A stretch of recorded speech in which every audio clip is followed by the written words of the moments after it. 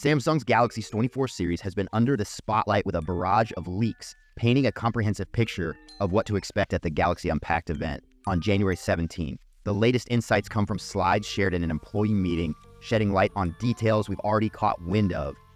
Originally surfaced on X by user HasimGamel380 in a now removed tweet. These slides appear tailored for Samsung's marketing team, showcasing crucial information. The first slide unveils the color options for the Galaxy S24 and the Galaxy S24 Ultra Black, Gray, Violet, and Yellow. Notably, all S24 Ultra variants are labeled as titanium, possibly affirming the switch to a more robust metal, a detail previously hinted at by Ross Young in an X post. However, additional colors mentioned by Young seem to be exclusive to Samsung's online store.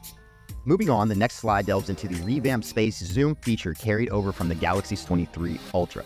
It details a new quad telecamera with a 5x high-res telephoto lens capable of capturing 15 photos in 8K videos. The second camera boasts optical zoom options ranging from 2x to 10x, utilizing AI and deep learning to enhance the zoom functionality.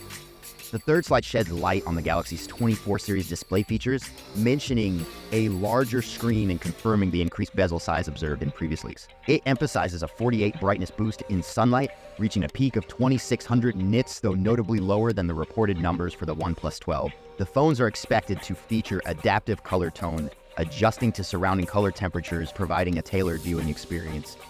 The final slide delves into performance, confirming the presence of the Snapdragon 8 Gen 3 in the phones. A notable addition is the increased size of the vapor chamber, reportedly up to 1.9x larger than previous models, promising enhanced gaming performance, especially with improved ray tracing. Slide also highlights a 12 faster touch response.